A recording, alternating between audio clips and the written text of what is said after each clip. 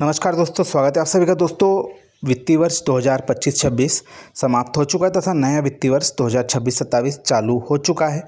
Railway के द्वारा पिछले वित्तीय वर्ष में कई रिकॉर्ड तोड़ आंकड़े स्थापित किए गए। हमारे रतलाम मंडल के द्वारा भी अपने आय के पुराने रिकॉर्ड तोड़ते हुए माल भाड़ा और यात्री भार में उल्लेखनीय वृद्धि देखी गई और रिकॉर्ड तोड़ यहाँ पर राजस्व अर्जित किया गया।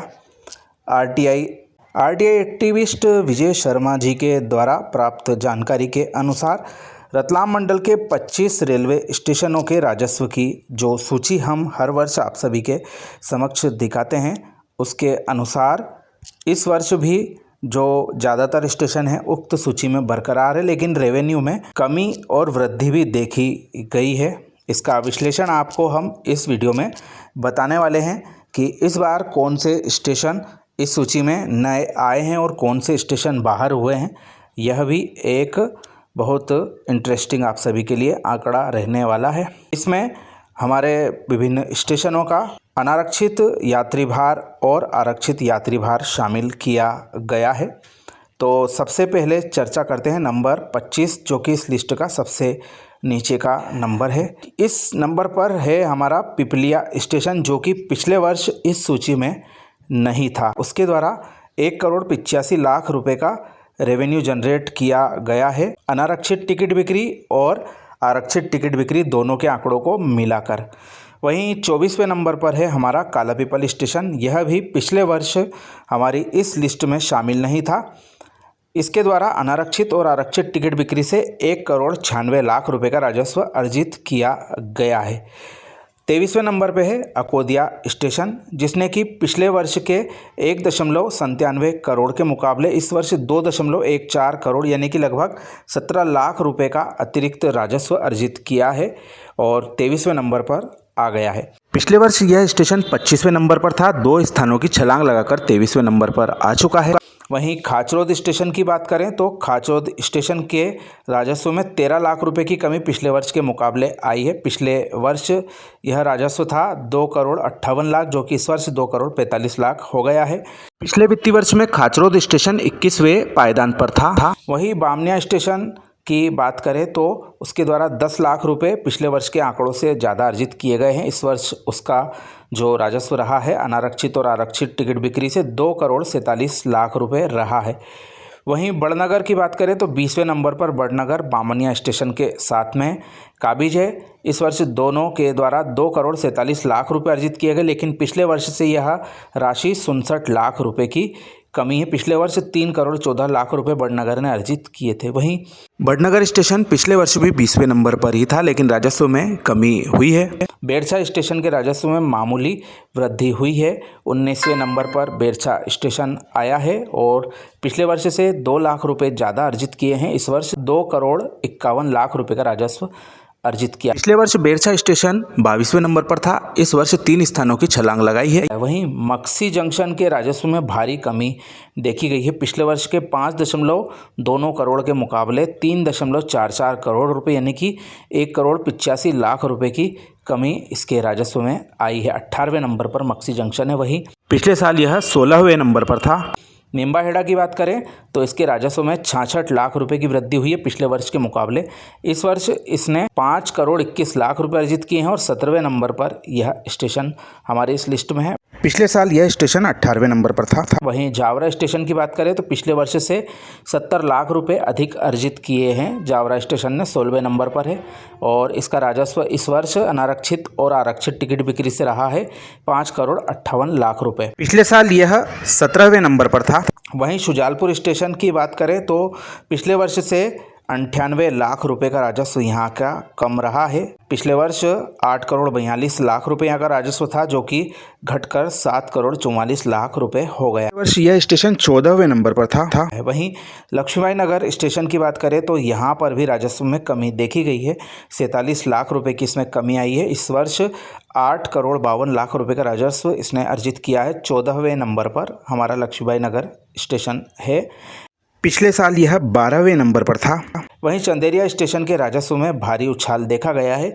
1,52,00,000 रुपए की इसमें वृद्धि हुई है। इस वर्ष 13वें नंबर पर चंदेरिया स्टेशन है और इसने 9,62,00,000 रुपए का राजस्व इस वर्ष अर्जित किया। पिछले वर्ष 15वें नंबर पर चंदेरिया स्टेशन था। वहीं मेघनगर स्टेशन के राजस्व में भी रिकॉर्ड तोड़ वृद्धि हुई है। 1,62,00,000 रुपये अपने पिछले वर्ष के आंकड़े से मेघनगर स्टेशन ने इस वर्ष अर्जित किए हैं 10,36,00,000 रुपये का और 12वें नंबर पर यह स्टेशन है। वहीं पिछले साल यह 13वें नंबर पर था। 11वें नंबर पर मंदसौर स्टेशन के द्वारा भी भारी जो राजस्व है वह वृद्धि अर्जित की गई है।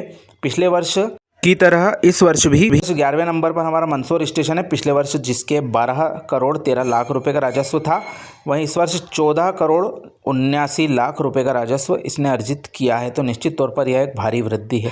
वहीं नीमच स्टेशन की बात करें तो नीमच स्टेशन के द्वारा भी 3,08,00,000 रुपए का राजस्व पिछले वर्ष के मुकाबले अर्जित किया है। इस वर्ष इसका राजस्व रहा 16,64,00,000 रुपए, जो कि पिछले वर्ष 13,56,00,000 रुपए था। पिछले वर्ष की तरह इस वर्ष भी 10वें नंबर पर नीमच स्टेशन है।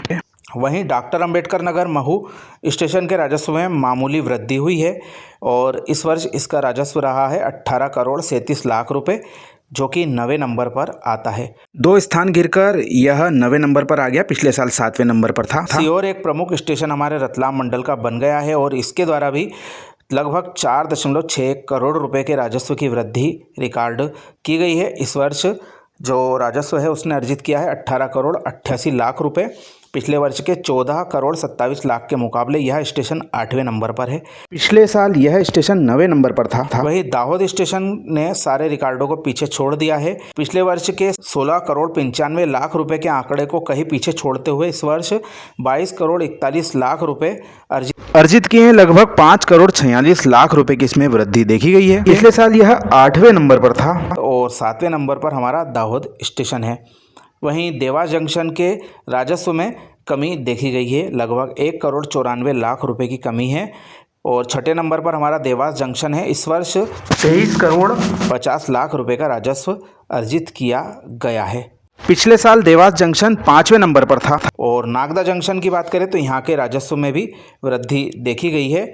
नागदा जंक्शन का पिछले वर्ष का जो रिकॉर्ड था वह था 23,68,00,000 रुपए और इस वर्ष उनके द्वारा 25,37,00,000 रुपए अर्जित किए गए, यानी कि पिछले वर्ष से 1,69,00,000 रुपए अधिक अर्जित किए हैं।